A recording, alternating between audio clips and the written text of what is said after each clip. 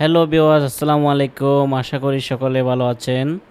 আমি মোর্শেদুল ইসলাম, গারবার Kate pattern master.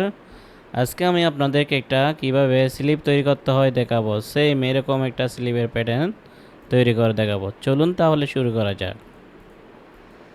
আমরা শুরুতেই একটা রেক্ট্যাঙ্গেল নিব। রেক্ট্যাঙ্গেলটা নিচ্ছি এমনভাবে একটা, ঠিক আছে। এটা মূলত একটা অ্যাকচুয়াল মেজারমেন্ট দিয়ে না, আমরা এটা একদম কিভাবে একটা প্যাটার্ন তৈরি করতে পারে নর্মালি, সেই ড্রয়িংটাই আমরা আজকে দেখব। স্প্লিট পয়েন্ট নিব একটা, এখানে একটা স্প্লিট পয়েন্ট, এখানে একটা স্প্লিট পয়েন্ট দিয়ে দিলাম। এখন আরেকটা অপশন হচ্ছে যে 2 পয়েন্ট কার্ভ, এই অপশনটা নিয়ে আমরা এখানে একটা ক্লিক করলাম, এখানে একটা ক্লিক করলাম। ওকে, আমরা এখানে বসিয়ে দিলাম। এখানে ক্লিক করার পর আমরা এখানে এসে এইভাবে একটা শেপ দিয়ে দেব। এরপর এখানে এসে এখান থেকে এখানে একটা শেপ দিয়ে দেব, ঠিক আছে। এই তো ইজিলি আমরা একটা স্লিভের প্যাটার্ন তৈরি করতে পারছি। এরপর আমরা কি করব, মিরর করে দেব। মিরর, এই যে মিরর করে দিলাম। এখন আমাদের কাজ হচ্ছে ট্রেস, এই ট্রেস করে উঠিয়ে নিব, ঠিক আছে। এই ট্রেস করে আমরা উঠিয়ে নিলাম, ঠিক আছে। এই তো আমাদের স্লিভের প্যাটার্ন তৈরি হয়ে গেল।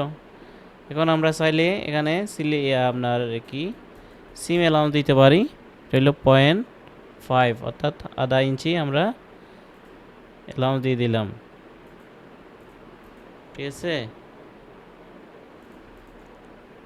এটা অপশন নিয়ে 0.5 ওকে দিয়ে দিব, মানে সিম অ্যালাউন্সটা হাইট হয়ে গেছে। আমরা চাইলে এখানে 1 ইঞ্চি রোলিং অ্যালাউন্স দিতে পারি। এখানে একটা পয়েন্ট আছে, এই পয়েন্টটা আমরা ডিলিট করে দেব। এরপর আমরা যে কাজটি করব সেটা হচ্ছে টার্ন ব্যাক দিব। টার্ন ব্যাক এখানে ক্লিক করে দিব। এই তো হয়ে গেল আমাদের স্লিভের প্যাটার্ন।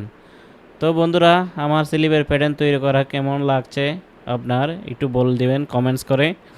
আর আমার স্লিভ তৈরি করা যদি আপনার ভালো লাগে তাহলে অবশ্যই একটা লাইক করে দিবেন, আর শেয়ার করতে কিন্তু ভুলবেন না বন্ধুরা। আর আপনি যদি আমার চ্যানেলে নতুন দর্শক হয়ে থাকেন তাহলে অবশ্যই সাবস্ক্রাইব করে দিবেন। তো চলুন পরবর্তী ভিডিওতে।